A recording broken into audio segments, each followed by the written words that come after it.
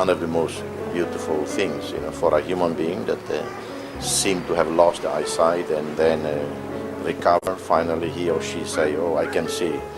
It's such a blessing, and I'm very, very grateful to the doctors, the nurses, and everybody who have supported this program.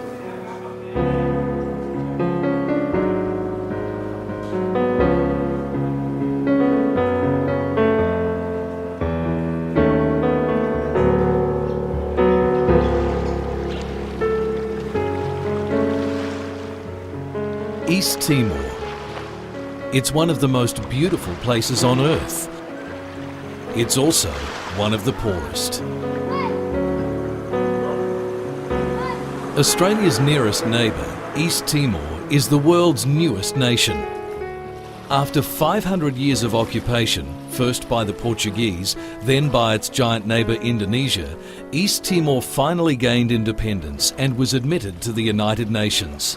It was a great time of celebration for these brave people.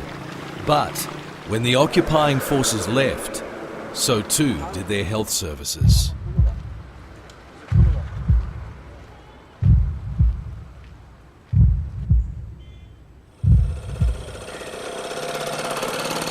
In a developing nation where 2 in every 5 people live on less than $1 a day, eye health languished. People were unable to read because they couldn't buy glasses. Older people developed cataracts and their eyesight failed because there were no doctors to perform the operations to remove them. Worst of all, children were blinded for life by the devastating effects of vitamin A deficiency. Now, a team of Australian doctors is working to give the gift of sight back to the people of East Timor. Nitin Verma is an ophthalmologist, a specialist eye doctor. Born in India, he lives in Tasmania and for the past 4 years has been running a volunteer program in East Timor to perform sight-restoring cataract surgery.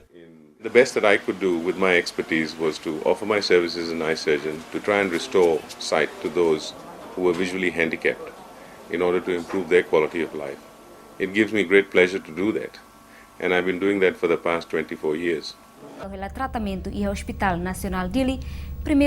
It's a vital service, and word spreads quickly when the Australian eye team is in town. This man's a farmer from the border of East Timor and West Timor. He's brought his son here. It's taken them about 2 days to get here.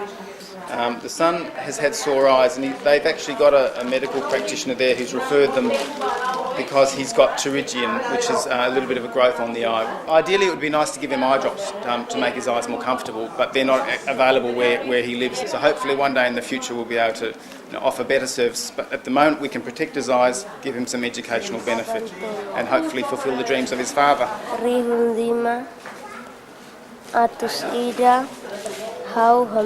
Okay, Matandiak. You can read the bottom row there now. Okay. The East Timor Eye Program is run by a team of volunteers who travel to East Timor 3 times a year.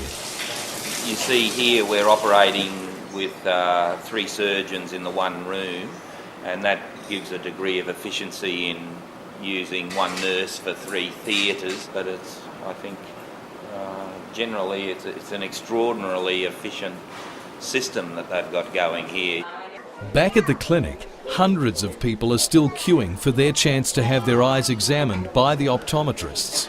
With a long-term aim of turning this program over to local management, the optometrists are trying to make the program self-funding. The East Timorese are asked to pay $2 for their glasses, the amount it costs to have them manufactured. They're happy to pay, even though for many it represents almost half their weekly earnings. Everyone pays for the glasses that we give them.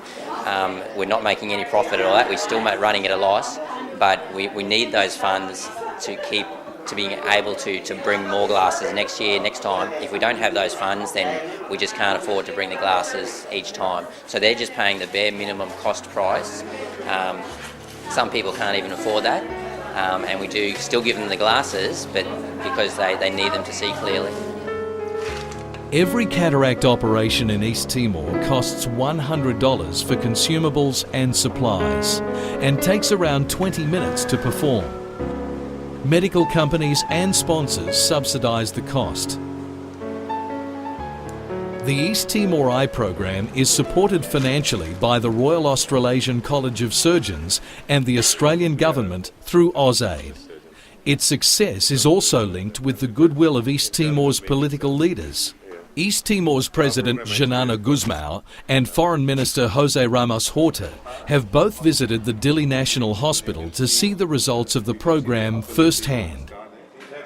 It's amazing, it's fantastic. I'm very touched by the dedication, the generosity of the doctors, the nurses, and all those who have made this program possible. They have been here now for the 14th time, on their own time, taking their holidays, and the people paying their airfare, equipment coming. The contribution of many thousands of people in Australia is really great, and I'm very, very grateful to everybody who have supported this program. As East Timor's confidence grows, so too does its health services. The Australians are now working to help East Timor develop its own eye care specialists. We now have a trainee, an East Timorese doctor, who's learning to do cataract surgery to carry on the work that we're doing. And his name is Dr. Marcelino Correa. Marcelino is scrubbed and gowned to clean this patient's face in preparation for cataract surgery, which we'll be doing together. Thank you. In the next 2 years, Correa is expected to qualify as East Timor's first locally born eye doctor. Hausi kualitan sambun ho proposta ide ikusne hau hono ino nusa sira lei hatempo cari sira bele fo capacidade de ba Dr. Marcelino ho perawatnya hira kari parbele ha I sira mos bele ajuda ho programa keuangan rumah. For now, the focus shifts slowly from service delivery to training. The Australian eye team will not leave East Timor until its eye health service is able to stand on its own 2 feet. Each trip is a great experience. It's a lot of involvement with the East Timorese community. It's a lot of smiles all around, and just the gratitude of the people is enough to keep us going.